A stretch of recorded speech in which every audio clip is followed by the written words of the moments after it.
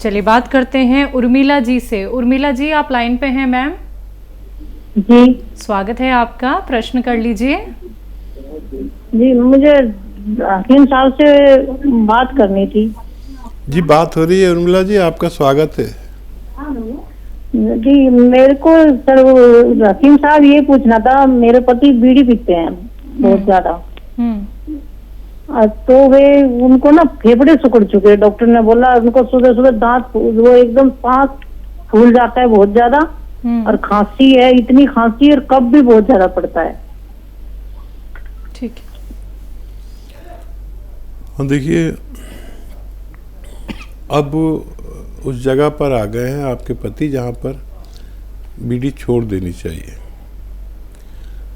और एक नुस्खा बता रहा हूँ, और बीड़ी छोड़ दे तो बहुत अच्छा है, नहीं तो ये नुस्खा तो ज़रूर लें।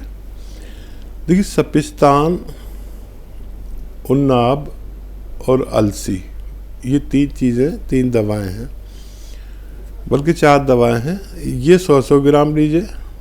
सपिस्तान, उन्नाब और अलसी 100-100 ग्राम लें। और पीपला मूल, जो आपके किचन में पीपलें होती हैं जिसे पीपला मूल भी कहते हैं, वो 30 ग्राम लीजिए।